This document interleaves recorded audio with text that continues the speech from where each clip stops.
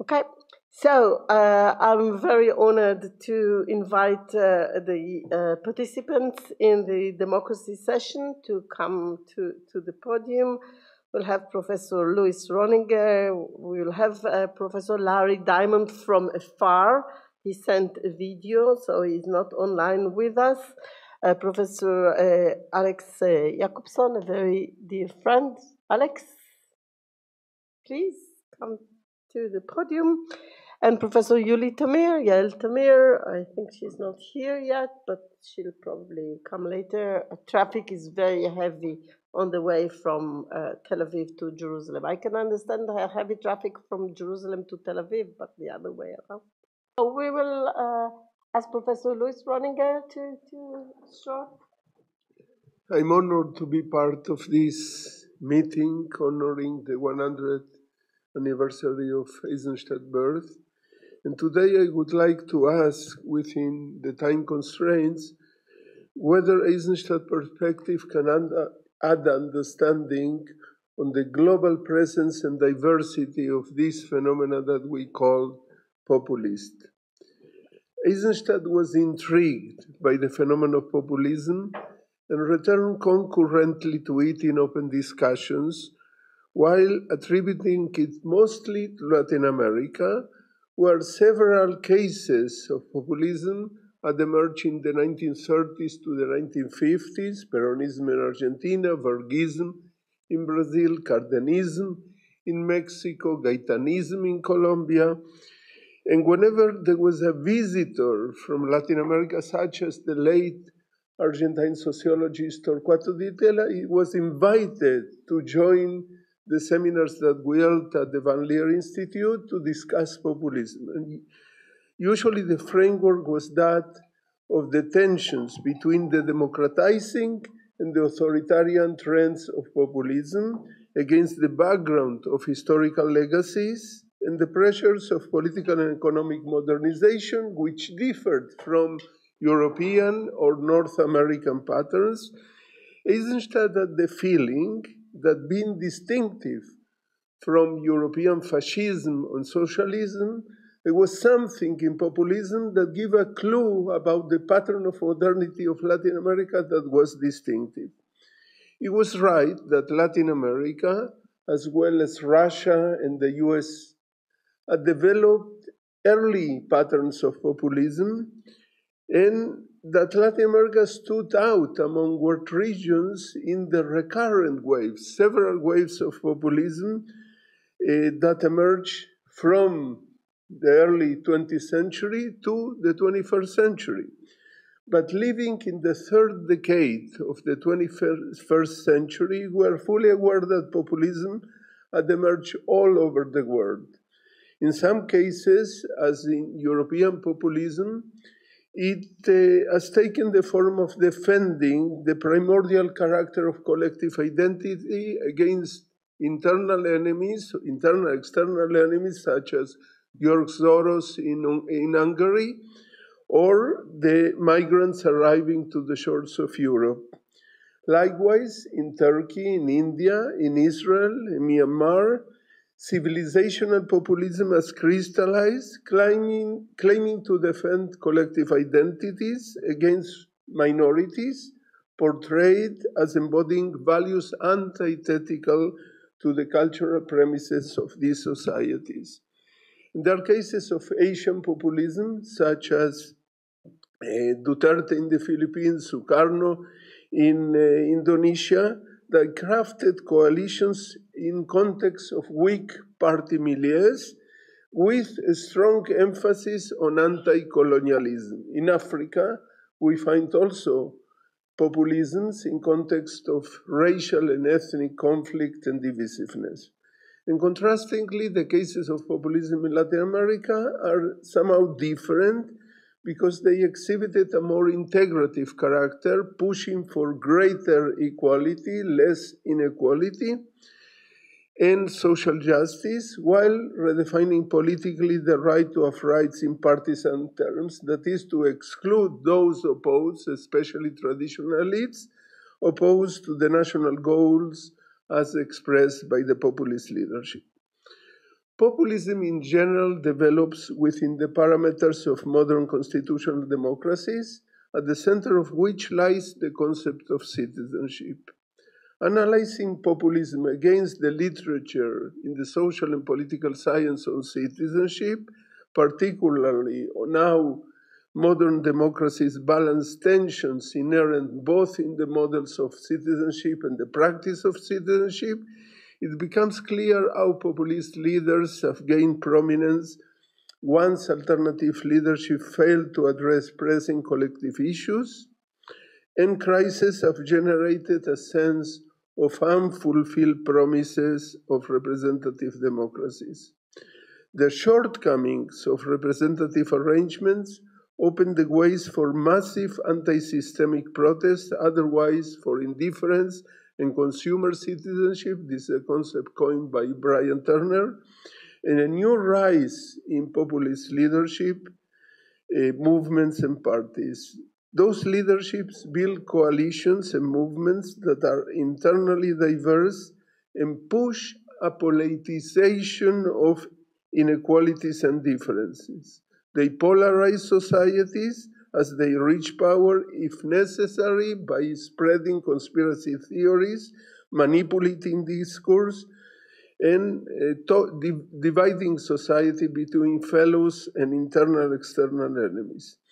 The usual way to analyze 21st century populism has been to distinguish between right-wing and left-wing populist leaders. This exemplified by Trump on the one end of the spectrum and Chavez on the other. But the panorama is more complex, and a more appropriate way to approach it is by following perhaps Eisenstadt approach to analyze the diversity of populism. First of all, to analyze each case, of course, which is different, but to show how concrete issues are connected to general claims over the shape and sense of direction of these societies. This approach, rooted in Eisenstadt emphasis on the study of historical tradition and construction of collective identities, I think is instrumental. Eisenstadt, as we all know, stressed that different societies adhere to varied civilization traditions, engage in modernity differently, due to the way in which, as he said, various aspects of social life may react in different ways, in divergent ways, to the global and transnational challenges. These societies usually change under challenges, be they globalization or transnationalism, yet not necessarily alike. Moreover, that he emphasized that change is operated not just under structural constraints, but also due to different ways of interpreting and shaping reality anchored in different values, different traditions. Here, when combined with this optic of construction of collective identities, the approach of Eisenstadt can be instrumental in explaining the common ground, deserving the continued use of the concept of populism despite the diversity of phenomena, and understanding why populism had prompted a burgeoning literature closely connected to major theoretical issues and controversies, especially concerning the ideational roots of populism. There is a huge controversy on that. The future of democratic citizenship, the relation between states, markets, and society, the challenges of mass migration, diversity, and multiculturalism, and the international foreign policy of populist cases. And of particular interest in this literature, although seldom mentioned, is the connection of those discussions to earlier treatments of Bonapartism and Caesarism, and their emphasis on the providential person who captures and shapes the direction of history, mastering massive support as he or she claims to protect the people, interpret their needs, and embody them. How can the approach of Eisenstadt enlighten our understanding of this phenomenon? Populism structures particular connections between market access, political membership, and public identities. Discursively, it makes concrete policy part of a general statement about the society's collective identity and sense of direction at large. In addition to structuring the political process and policy making, populism claims that policy decisions are entwined with the broader premises of social order. It does move the terms of debate from citizen exclusion or inclusion only, from a mere question of access to resources, into the symbolic realm of redefining the boundaries of the body politics in terms of a collective purpose.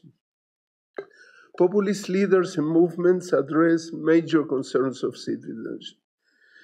Whether they are strongly redistributive or not, they may seem to be effective in rechallening social and economic concern by combining them with a restructuring of political identities. And a major aspect of that is the projector of wider claims about reconnecting society with its own sense of purpose. And it's not by chance that populist leaders always bring the heroes of the past to the present to make them, to give them a real presence. Populist leaderships articulate diverse social interests, build usually multi-class and multi-sectorial coalitions.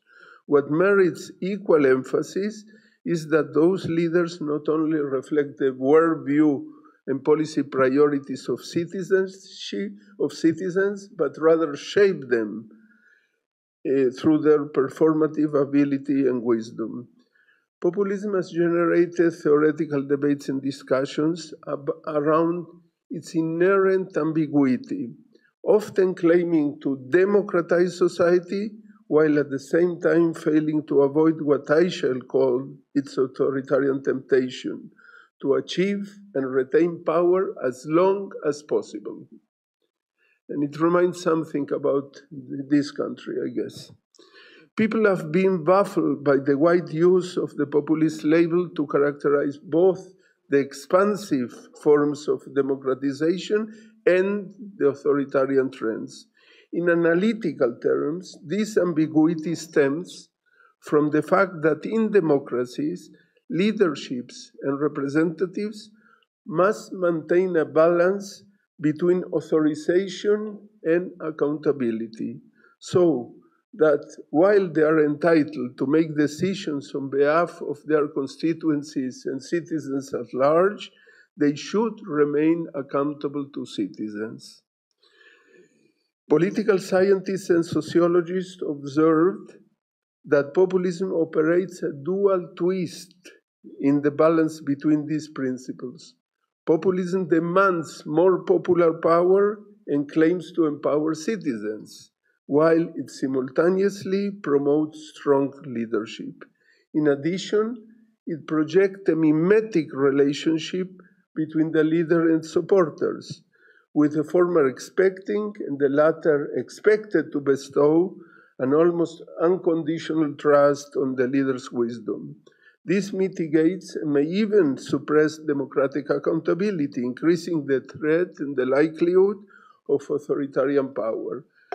That is, populist leaders reduce the key element of democratic accountability, but they cannot eliminate it completely. For once, they often rise to power by launching discursive attacks on traditional elites and parties for failing to fulfill citizens' expectations. And contrastingly, at least symbolically, populists stress the responsiveness to popular hopes, interests, and expectations.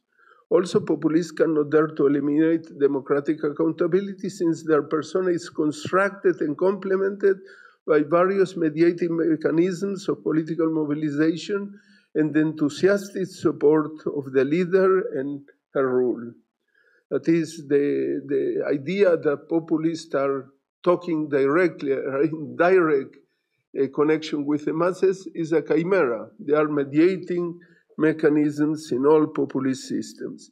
The most successful populist leaders claim to deepen democratic accountability, strengthening through a more active political participation. You may have noticed referenda in countries that have populist leadership through varied means, from clientelistic networks to the empowerment of those participating in grassroots activities and organizations. They may create a sense of belonging, despite what often is a rather corporative submission to the leadership. At the same time, populists tend to foster divisiveness. They politicize inequalities and differences, and thus divide this political arena into allies and enemies. It is not unusual for populist leaders, irrespective of their right-wing or left-wing leanings, to project and popularize conspiracy theories, even when these are aggrandized by rumors, fake news, disinformations as means of gaining and keeping power. Amplifying its impact is another characteristic, the emotional tonality. Populist citizenship stands out due to its performative function, or to put it differently, a politics of emotion that populist leaderships often evoke, ranging from empathy to hatred. Their strategy intertwines emotions and judgment, promoting an emphasis on performance and granting new salience to participatory mass mobilization, albeit through state regulation and leadership. The performative styles and emotional underpinnings magnified hate and love, fear and euphoria as their communicative and mobilization bases. Populists aim at developing a mutual connection of devotion and sacrifice in the framework of the heroic leaders bringing dignity to their followers, and the latter responding with an incremental affective cult of the leader's persona. Populist success has depended much on that emotional tonality and the leader's cult as a policy priority, exploiting his or her protagonist role in legitimizing political projects domestically and regionally. The key role of a populist leadership stems from the need to build a very diverse constituency together, and the tendency of such leadership to remain in power as long as possible. As they rise and try to attain power, those leadership tend to stress their democratic credentials, defining their authority in terms of interpreting and embodying the popular will. But once in power, retaining it is more problematic. Their sustained control of politics and society is made possible by various means. For instance, building a discourse of crisis, concomitantly promoting the idea that the leader may prevent a catastrophe.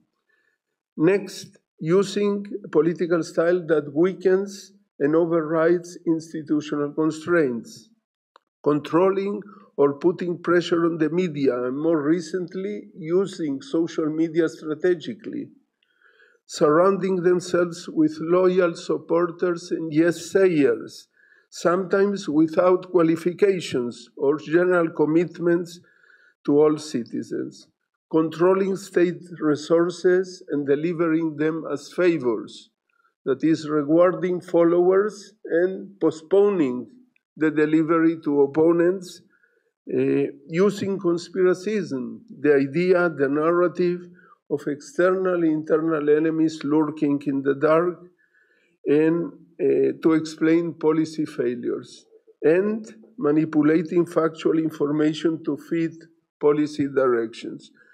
Many populist leaders succumb to the authoritarian temptation to stay in power as long as possible. This, in fact, depletes the vitality, the strength of free debate in democracy. There is no serious debate on policy alternatives, and may even undermine the institutional framework of representative democracy. There is much more to say about populism, And the only point that I would like, I hope that has become clear, that Eisenstadt perspective, connecting the concrete management of the concrete working of a populist leader to the general, broader premises of social order has become clear. And I think that there is much more to say, but the time constraints are here. And perhaps in discussion, I can say a few words about the Israeli case. Thank you.